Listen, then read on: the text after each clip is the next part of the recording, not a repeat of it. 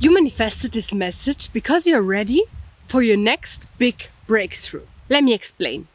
There are things in our lives that just happen to us. This can be good or bad things. It can be healing. It can be breakthroughs that just happen to us.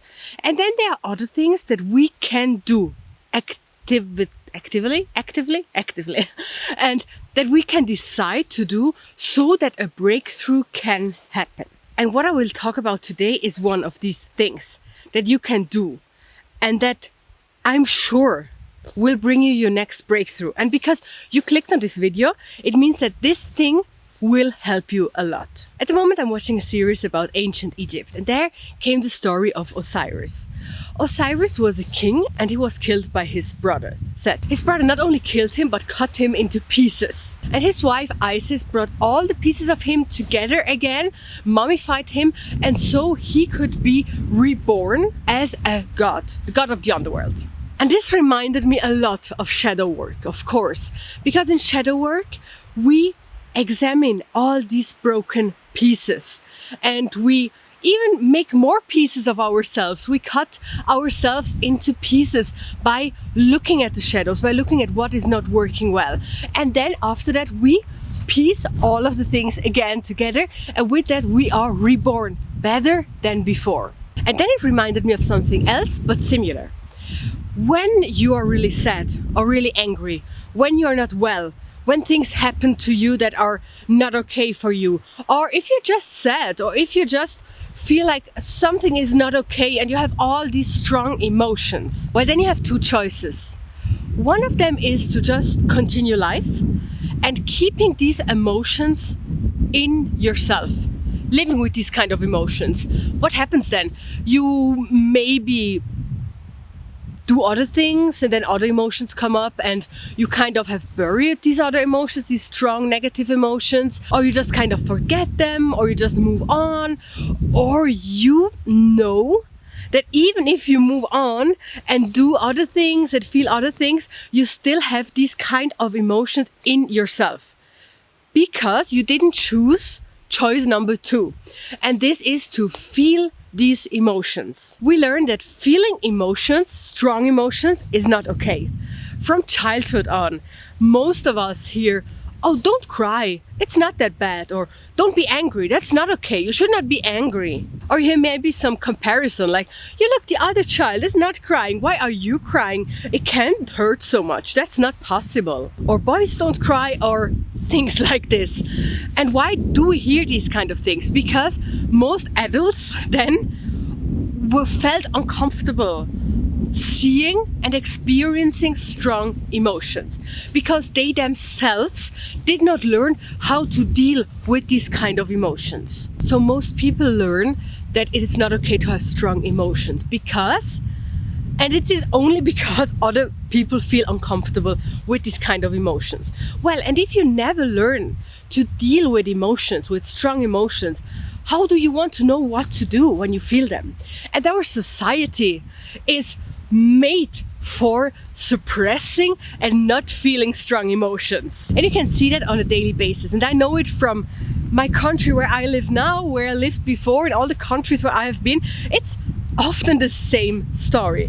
And that is, let's say people went to work, did not feel well, they were angry or disappointed or something happened, and then they come home, or even just when they are too tired, they come home, and many use something to not feel what they're feeling in that moment, even if it's just tiredness. What do? They drink alcohol, they smoke, they eat sweets, they eat fatty things, like, I don't know, just a huge amount of something that maybe they're not hungry for. Or they go shopping, like an extensive amount of shopping, or something that they don't use. Or they feel the kind of emotion but then let it out on someone else. You know, that typical story of the father that comes home and is angry at his children or wife, or I don't know. So there are a lot of ways how you can not deal with your emotions. Society gives you a lot of things. It makes it normal to not feel emotions. It makes it normal to suppress your emotions, to numb yourself. And because we are used to numb ourselves, because that's what we see everywhere, we are scared of our own emotions as well. Like, even if you would be someone that would love to bring out all emotions and feel them on a daily basis, you may be scared because you know that there must be something bad, right? If no one or not many people feel their emotions, if not many people tap into their emotions and feel them completely, then something bad must be with these emotions, right? If not, why should there be so many things to numb ourselves? And this fear only is here because we continue this same story. You and me as well, we are able to continue the story of numbing, of not feeling our emotions, of thinking that emotions are not valid, are not okay. You can just have certain kind of emotions, but not the other ones. They are not fine. We continue this story. We continue this paradigm. And this fear of feeling these strong emotions continues as long as we don't find out that feeling these strong emotions is not bad. No, actually. And if you never tapped and really felt your strong emotions, you may not believe me, but when you do, when you begin to feel them and to honor them and to tap into them, and I will tell you in a moment how to do that, magic happens. Magic happens. Actual magic happens. Because first of all, when you feel these emotions, you prevent them from being stored in your body. And storing these suppressed emotions can lead later on to diseases, to illnesses, to not feeling well, to hating yourself, your life, to mental issues, to so much things. This is one thing. You help your body to not have to store these heavy emotions in your body. Second, with feeling your emotions, you make huge steps, leaps for your self-trust, your intuition, your self-love. Because when you feel these emotions, it means you see them as valid, and that means you see yourself as valid, 100%, your whole being, not just the good parts, not just the parts that others want to see, that others make feel comfortable. No, every part of yourself. By feeling them, you show yourself that you are valid, that you are worth it, that you are okay the way you are, and that you can trust yourself, that you don't look away when things get uncomfortable, that you stay with yourself, that you're not running away and numbing yourself. No, that you stay with yourself, with your emotions, with who you are. Because these emotions are not from outside yourself, they happen in yourself. And yes, sometimes you have strong emotions because of something that triggered you, that maybe someone else would not even think about, would feel nothing, but it triggers you. And that's fine, because it is your story. It triggers you because of your story.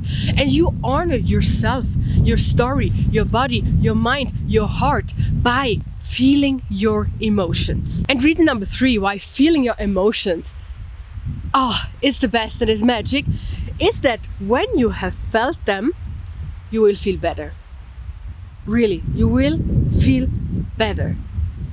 When you let them out, when you let them come up, when you go into them, when you feel them, you will reach a point where the strong emotion will get less strong. Suddenly, you will feel better. Then you think, how can that happen? I felt so strongly before, and now I feel better. And now I want to tell you how you can tap into these emotions, what ways there are to feel them. I really hope the wind is not too strong. I hope you can hear me well, but I had to come out. I had to come here and get this message, receive and give this message of feeling your feelings, because look at Mother Nature. Look at nature. She is wild as well. Not everything is fine and soft and lovely all the time. No, we have volcanoes, we have winds, we have floods, we have everything. Nature as well can be wild. Nature as well has ebbs and flows. So what is a great practice to feel these emotions, tap into your emotions, so that you can have the 3 benefits. The 3 benefits of not having to store these strong emotions in your body, honoring yourself so that you get more self-confidence, more self-trust, more self-love, and so that you can actually feel better. Because tapping into that emotions doesn't mean to then stay into the emotion all the time.